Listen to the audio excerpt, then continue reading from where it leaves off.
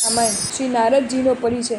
શ્રી રાવણે હિંસાત્મક યજ્ઞોને અટકાવવાની કબૂલાત કરવાથી સંતુષ્ટ થયેલા દેવર્ષિ શ્રી નારદજીના ગયા બાદ શ્રી મરુત રાજાને પણ આવો દયાનો સાગર કોણ છે આ જાણવાની ઈચ્છા થઈ અને આવા સુકૃત્યમાં આવી દ્રઢતા દાખવનાર માટે એમ જરૂર થાય જ, કારણ કે શ્રી મરુત રાજા પણ પાપાત્માઓના પાપોપદેશથી માત્ર ઉન્માર્ગ જ ચડેલા હતા, પણ કાંઈ સદ્ધર્મથી વિરુદ્ધ નહોતો. જે આત્માઓ ધર્મના વિરોધી હોય છે તેઓને જ સત્પુરુષો તરફ કે સત્પુરુષોની હિતકર વાતો તરફ સદ્ભાવ નથી જાગતો. બાકી અન્ય સરળ આત્માઓને તો તેવા ઉપકારી અને સાચા દયાળુઓ પ્રત્યે સદ્ભાવ થયા વિના રહેતો નથી.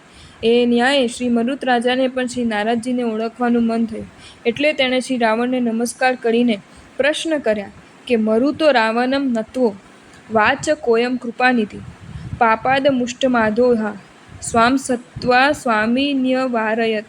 હે સ્વામી, આ કૃપાનિધિ કોણ છે કે જેમણે આપણા દ્વારા એમને આ પાપથી પાછા ફેરવ્યા? વિચારો કે આ પ્રશ્નમાં કેટલી સરળતા અને સહૃદયતા તરવરે છે, તથા તેની સાથે ઉપકારી પ્રયત્નોનો સદ્ભાવ પણ કેટલો પ્રગટ થાય છે. ખરેખર પુણ્યશાળી આત્માઓ માટે આવી સહાયતા, સહૃદયતા અને ઉપકારી પુરુષો પ્રત્યેનો સદ્ભાવ કાંઈ કષ્ટ સાધ્ય નથી હોતો. તેવા આત્માઓને તો ઉત્તમ નિમિત્તોની પ્રાપ્તિ થવી જ જોઈએ. શ્રી મરુત રાજાના પ્રશ્નનો ઉત્તર આપતા શ્રી રાવણ કહે છે કે બ્રહ્મરુચિ નામનો એક બ્રાહ્મણ હતો. તાપસ થયેલો તે બ્રાહ્મણ પોતાની ભાર્યા સાથે વનમાં રહેવા લાગ્યો. તાપસ થયો પણ સ્ત્રી સંગ ન ત્યજ્યો. તેણે પરિણામે તેની કુર્મી નામની સ્ત્રી ગર્ભવતી થઈ. એક વખત તે આશ્રમમાં શ્રી જિનેશ્વર દેવના શાસનમાં વિચરતા સાધુઓ પધાર્યા. સાધુમાંથી એક સાધુ બોલ્યા કે ભવભીત્યા ગ્રહવાસ સત્યત્કો યત્યસ્યૌ સાયુતત્ત. હે મહાનુભાવ, તે ભવની ભીતિથી જે ગ્રહવાસનો ત્યાગ કર્યો તે તો ઘણું જ સારું કર્યું છે, કારણ કે ગ્રહવાસનો ત્યાગ કરવો એમાં જ કલ્યાણ છે. પણ ભૂયસ્વદાર સંગસ્ય વિષયલુપ્તચેતસ્ય ગ્રહવાસાદાવનેવાસ કથમ નામ વિશિષ્યતે. ફરીથી એટલે કે ગ્રહવાસનો ત્યાગ કર્યા પછી પણ પોતાની પત્ની સાથે સંગ કરનાર અને વિષયોથી લિપ્તચિત્તવાળા એટલે કે વિષયોમાં રત રહેનારા આત્માનો વનવાસ ગ્રહવાસ કરતાં વિશેષ છે, એમાં શી રીતે કહી શકાય? આ ઉપરથી તમે સમજી શકશો કે પ્રભુ શાસનના મુનિવરોની મનોદશા કેવી હોવી જોઈએ. ગ્રહવાસના ત્યાગને તે મહાપુરુષો કેટલું વખાણે છે અને ત્યાગમાં અધૂરા રહેલા આત્માઓને ત્યાગના માર્ગે ચડાવવા માટે કેવી જાતિનો ઉપદેશ આપે છે. અને પણ તમને આ ઉપરથી સારામાં સારો ખ્યાલ આવી શકશે. વધુમાં આ ઉપરથી તમે એ પણ સમજી શકશો કે આજે જે સાધુઓ ગ્રહસ્થોના ગ્રહવાસની પંચાયતમાં પડી ગ્રહસ્થોના ગ્રહવાસની કરણીઓને પ્રશંસા તથા પુષ્ટિ કરી રહ્યા છે અને ગ્રહસ્થોને ગ્રહસ્થોના ગ્રહવાસની કરણીઓ કરવાની ઉપદેશ કરી રહ્યા છે, તેઓ ભર બજારમાં પોતાના સાધુપણાનું લીલામ જ કરી રહ્યા છે. કારણ કે શ્રી જિનેશ્વર દેવના સાધુઓને જેમ બહુ આરંભનો ઉપદેશ કરવાની પણ મનાઈ છે, તેમ અલ્પ આરંભનો ઉપદેશ કરવાની પણ મનાઈ જ છે. શ્રી જિનેશ્વર દેવના સાધુ જેમ કંદમૂળ ખાવાનું પણ નથી કહી શકતા, તેમ કંદમૂળ સિવાયની વનસ્પતિ પણ ખાવાનું નથી કહી શકતા. જેમ મોટું પાપ આચરવાનું નહીં કહી શકતા, તેમ નાનું પાપ આચરવાનું પણ તેઓ નથી જ કહી શકતા. અર્થાત ગ્રહવાસને પુષ્ટ કરતી એક પણ વસ્તુને અને ગ્રહવાસ જરૂરી છે એમ ધ્વનિત કરતી એક પણ પ્રવૃત્તિને તે પુણ્ય પુરુષો પોતાના ઉપદેશમાં સ્થાન નથી આપી શકતા. તેમ જે સાધુઓ કેવળ લોકેશનામાં જ પડ્યા છે અને માનપાન એ જ જેઓનું એક જીવન ધ્યેય છે, તથા જેઓ સૌને સારા લાગવામાં જ અને સૌને સારું મનાવવામાં જ તથા પોતાની વાહ બનાવી રાખવા ખાતર સત્યને સ્ફુટ કરવાની શક્તિ છતાં ઇરાદાપૂર્વક ગોળ ગોળ ગોટાળા વાળીને અજ્ઞાન જનતાને અજ્ઞાનના અંધકારમાં અને દુર્ગતિના ખાડામાં ધકેલવા જેવા અધમ પ્રયત્નો સેવે છે, તેઓનું ઓઠું લઈ જય મહાપુરુષો પ્રભુ માર્ગે જ વિચરવામાં અને એથી જ દુનિયાદારીના નાના કે મોટા એક પણ આરંભને અનુમોદન આપવા નથી ઈચ્છતા, તથા ગ્રહવાસને નરકના પ્રતિનિધિ તરીકે માની તેના ફંદામાં ફસેલા પણ લઘુમતી હોવાના કારણે તેના ત્યાગ તરફ જેઓની દ્રષ્ટિ ઢળી છે, તેઓને તે નરકના પ્રતિનિધિરૂપ ગ્રહવાસને ત્યજી દેવાનો અને જેઓ એકદમ ત્યજી શકે તેવા ન હોય તેઓને તેમાં લીન નહીં થવાનું તથા ધીમે ધીમે પણ ત્યજતા થવાનું અને ન ત્યજી શકાય તો પણ ત્યજવા યોગ્ય જ માનવો જોઈએ એવી જ જાતિનો ઉપદેશ આપવામાં કલ્યાણ માનનારા છે. તેવા પુણ્ય પુરુષોને દુનિયાદારીની ક્ષુદ્ર તેમજ પરિણામે આરંભ અને સમારંભને ઢસડી લાવનારી તથા દરેકને અર્થકામની લાલસામાં રક્ત બનાવનારી પ્રવૃત્તિઓમાં જોડાવાનું કહેવું એ શ્રી જિનેશ્વર દેવની આજ્ઞાની વિરાધના કરવા જેવું જ છે. આથી મારી ભલામણ છે કે મુનિપણામાં શુદ્ધ રીતે ટકી શકે અને તેમને પણ તે પુણ્ય માર્ગે ઘેરી શકે તેવી જ આચરણાઓ કરવી એ તમારા માટે હિતાવહ છે. અને પૂજ્ય મુનિવરોએ પોતાના મુનિપણાને જ દ્રષ્ટિ સમક્ષ રાખી તેમાં એક પણ લેશ પણ ક્ષતિ ન આવે તેવી રીતે પ્રભુની આજ્ઞાને અનુસરતું જ વર્તવું, એટલે કે વિચારવું, બોલવું અને આચરવું એ જ હિતાવહ છે. આપણે જોઈ ગયા કે શ્રાવણે નારદજીનો પરિચય આપતા એમ જણાવ્યું કે બ્રહ્મરુચિ નામનો એક બ્રાહ્મણ તાપસ થઈને પોતાની કુર્મી નામની પત્ની સાથે વનમાં રહેતો હતો અને વનમાં રહેતા તે તાપસની પત્ની ગર્ભવતી થઈ હતી. તે બાળકને જન્મ આપે તે પહેલાં કોઈ એક દિવસ ત્યાં સાધુઓ પધાર્યા અને તે પધારેલા સાધુઓમાંથી એક સાધુએ બ્રાહ્મણને ઉદ્દેશીને કહ્યું કે સંસારથી ભય પામીને તે ગ્રહસ્થાવાસનો જે ત્યાગ કર્યો તે તો ઘણું જ સારું કર્યું, પણ ગ્રહસ્થાવાસનો ત્યાગ કરનાર આત્મા તે પછી પણ પોતાની સ્ત્રીના સંસર્ગમાં રહે અને જો ચિત્તને વિષયોમાં જ લિપ્ત રાખે તો તેનો વનવાસ ગ્રહસ્થાવાસ કરતાં સારો કઈ રીતે કહી શકાય? મુનિવરે પૂછેલા આ પ્રશ્ન ઉપરથી આપણે વિચારવા યોગ્ય વિચારી પણ લીધું કે મુનિવરો મુમુક્ષુ આત્માને શુદ્ધ માર્ગ ઉપર આરૂઢ કરવાના અને અમુમુક્ષુ આત્માઓને મુમુક્ષુ બનાવવાના જ યત્નો કરે, પણ આ સિવાયની કોઈ પણ પ્રવૃત્તિ કે જે મોક્ષ માર્ગની અસાધનામાં કે મુમુક્ષુપણાની પ્રાપ્તિમાં વિઘ્નકર હોય તેવી પ્રવૃત્તિને પોતાના આચાર, વિચાર કે ઉચ્ચારમાં કદી જ સ્થાન ન આપે.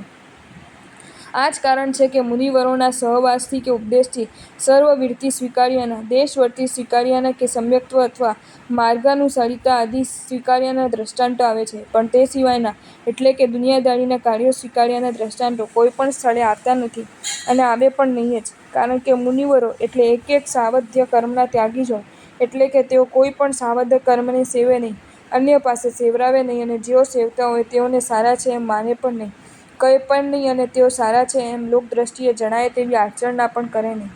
હિંસા, અસત્ય, ચોરી, મૈથુન, અબ્રહ્મચર્ય અને પરિગ્રહ આ પાંચે પાપ છે. આ પાંચેયનો જે જીવનમાંથી સર્વથા ત્યાગ કરે, અન્યને એ પાંચેયના ત્યાગ કરવાનો જ ઉપદેશ આપે અને જેઓ તો પાંચેયના ત્યાગ કરે તેઓને જ સારા માને તેનામાં જ સાચું મુનિપણું ટકી શકે છે. આથી સ્પષ્ટ જ છે કે પ્રવૃત્તિના પરિણામે પરિગ્રહની એટલે કે અર્થકામની લાલસા વધવાની હોય તે પ્રવૃત્તિને સાચો મુનિ કદી જ સાથ ન આપી શકે, કારણ કે એ પરિગ્રહની લાલસાના પરિણામે હિંસા, અસત્ય, ચોરી અને અબ્રહ્મચર્ય એ ચારે અને બાકી રહેલા બીજા ક્રોધ, માન, માયા, લાભ, રાગ, દ્વેષ, કલહ, અભ્યાખ્યાન, ખોટા આળ ચડાવવાના, પૈશુન્ય, ચાડી ચુગલી, રતિ અને અરતિ એટલે ઇષ્ટ પૌદ્ગલિક સંયોગોની પ્રાપ્તિથી આનંદ અને અનિષ્ટ પૌદ્ગલિક સંયોગોની પ્રાપ્તિથી શોક, પરપરિવાદ, નિંદ્ર, માયામૃષાવાદ અને મિથ્યાત્વછલી એટલે સાચાને ખોટું અને ખોટાને સાચું માનવું તે આ બધા જ પાપો સ્વયમેવ આત્મા ઉપર ચડાઈ કરી આત્માની અનંત શક્તિનો અવરોધ કરે છે. આથી એકાંત કલ્યાણના અર્થી મુનિવરો આ સંસાર અને તેની પ્રવૃત્તિઓથી નિરંતર સાવધાન રહેવા સાથે પોતાના અનંત જ્ઞાનીઓને વિહિત કરેલા માર્ગમાં સ્થિર રહી સ્વપરના કલ્યાણની સાધનામાં જ રત રહે છે. શ્રુત્વા બ્રહ્મરુચિસ્તુ પ્રપન્નજિન શાસન તદેવ પ્રાવજત સા ચ કુર્ભ્યભુચાવિકા પરા. મુનિવરના તે વચનને સાંભળીને અંગીકાર કરીને શ્રી જિનેશ્વર દેવનું શાસનને બ્રહ્મરુચિ નામના તાપસે તે જ વખતે પ્રવ્રજ્યા દીક્ષા અંગીકાર કરી અને તે તાપસની પત્ની કુર્મી શ્રેષ્ઠ શ્રાવિકા બની. માર્ગાનુસારી ઉપદેશ ઉત્તમ આત્મા ઉપર કેવી અને કેટલી સુંદર અસર કરે છે એનું આ એક ઉત્તમ ઉદાહરણ છે. સ્વભાવત પાપભીરુ આત્માને સુંદર ઉપદેશની અસર થતાં વાર નથી લાગતી. પાપભીરુપણાના યોગે જ ગ્રહવાસનો ત્યાગ કરી વનવાસનો સ્વીકાર કરનારા આત્મા જેમાં બિલકુલ પાપ ન હોય એવા માર્ગના સહેલાઈથી સ્વીકાર કરી શકે છે. માત્ર તે આત્માને સન્માર્ગના દેશક મળવા જોઈએ. વિચારો કે આવા ઉત્તમ આત્માને કોઈ ઉન્માર્ગ દર્શક મળી જાય હોત તો શું પરિણામ આવત? એ જ કે તે આત્મા મિથ્યા માર્ગમાં સ્થિર થઈ જાત અને ઉન્માર્ગ દેશકના યોગે બીજું પરિણામ આવે પણ શું? તે તો ગમે તેવા પાપ માર્ગમાં રહેલા આત્માને પણ ધર્મવીર, કર્મવીર અને પુણ્યાત્મા તરીકે ઓળખાવા તૈયાર જ હોય છે, કારણ કે તેને તો એકલી લોકપ્રિયતા જ વાલી હોય તે જ મેળવવાની ઈચ્છા હોય છે. ધર્મ જેવી વસ્તુ લોકેશણામાં પડેલા પામર આત્માઓ પાસે હોતી જ નથી. ધર્મ વેચીને પણ લોકેશણામાં પડેલા પોતે ડૂબવા સાથે અન્ય આત્માઓને પણ ડૂબાવવાનું જ કામ કરે છે. માટે જ ઉપકારી મહાપુરુષો મુનિવરોને લોકેશણામાં નહીં પડવાનું અને કલ્યાણાર્થી માત્રને લોકહેરી તજવાનો ઉપદેશ આપે છે. ઉપકારી મહાપુરુષોના આ ઉપદેશને અમલ કરવામાં જ સ્વ અને પર એટલે પ્રાણી માત્રનું શ્રેય સમાયેલું છે. આ પછી એટલે કે પોતાના પતિએ પ્રવ્રજ્યા અંગીકાર કર્યા પછી તે જ આશ્રમમાં વસ્તી અને મિથ્યાત્વ કરીને રહિત એવી તે કુર્મી નામની શ્રાવિકાને પુત્ર પ્રસવ થયો અને તે રુદન આદિથી રહિત હોવાથી તેનું નામ નારદ પડ્યું. એકવાર એક કુર્મી નામની શ્રાવિકા પોતાના તે નારદ નામના પુત્રને મૂકીને અન્યત્ર ગઈ હતી. તે વખતે જૃંભક દેવતાઓએ તે નારદ નામના બાળકનું હરણ કર્યું. આથી માતાને શોક થયો, પણ તે સમજદાર હોવાથી શોકના યોગ્ય અન્ય કાંઈ પણ ન કરતા તેણીએ ઇન્દ્રમાળા નામની સાધ્વી પાસે પ્રવ્રજ્ય દીક્ષા અંગીકાર કરી. આથી પણ સમજી શકાશે કે ઉત્તમ ઉપદેશ દરેક પ્રસંગોમાં આત્માને હિતકર માર્ગે જ વાળે છે. આ કુર્મી નામની શ્રાવિકાએ પુત્ર શોકના પ્રસંગને પામીને પ્રવ્રજ્ય અંગીકાર કર્યો. એ પણ તે મુનિવરના તે ઉત્તમ ઉપદેશનું જ પરિણામ ગણાય. અન્યથા આવા પ્રસંગો તો આત્માને આકુલ વ્યાકુલ બનાવીને ભયંકર ઉન્માર્ગે ચડાવી દે છે. આથી જ શાસ્ત્રકાર મહર્ષિઓ ફરમાવે છે કે કલ્યાણના અર્થી આત્માએ સદ્ગુરુઓની નિશ્રામાં રહેવું અને સદ્ગુરુઓએ કલ્યાણના અર્થી આત્માઓને સંસારની અસારતા સમજાવીને અને વિષય કષાયથી વિરક્ત બનાવીને આત્મહિતકર પ્રવૃત્તિઓમાં સ્થિર કરવા, જેના પરિણામે સ્વ અને પર આત્મહિત સાધી શકાય. પછી રાવણે કહ્યું કે દેવતાઓએ તો તાપસપુત્રનું પાલન પણ કર્યું, શાસ્ત્રો પણ ભણાવ્યા અને ક્રમ કરીને તેને આકાશગામીની વિદ્યા પણ આપી. ત્યારબાદ અનુવ્રત ધર પ્રાપ યૌવનમ ચ મનોહરમ. શ્રાવકના 5 અનુવ્રતોને ધારણ કરનારા શ્રી નારદજી મનોહર યૌવન વયને પામ્યા. સ શિખા ધારણા નિત્યમ ન ગ્રહસ્થો ન સંયત.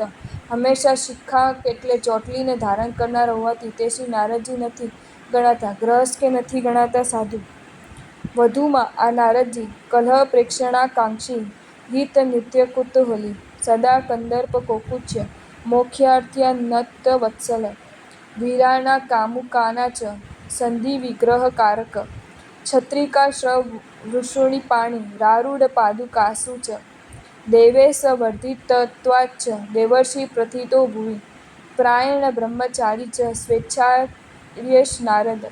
કલહ જોવાની આકાંક્ષાવાળા છે, ગીત અને નૃત્યની કુતૂહલી છે, નિરંતર કામ ચેષ્ટાઓ અને વાચાળતામાં અત્યંત પ્રેમ ધરાવનારા છે, વીર પુરુષો કામી આત્માઓની વચ્ચે સંધિ અને વિગ્રહ કરાવનાર છે, હાથમાં છત્રી અક્ષમાળા અને દર્ભાસન રાખે છે, પગમાં પાદુકા પહેરે છે, પ્રાય બ્રહ્મચારી તથા સ્વેચ્છાચારી તે નારદ દેવો ઉછરેલા હોવાથી પૃથ્વી ઉપર દેવર્ષિ તરીકે સુપ્રસિદ્ધ છે.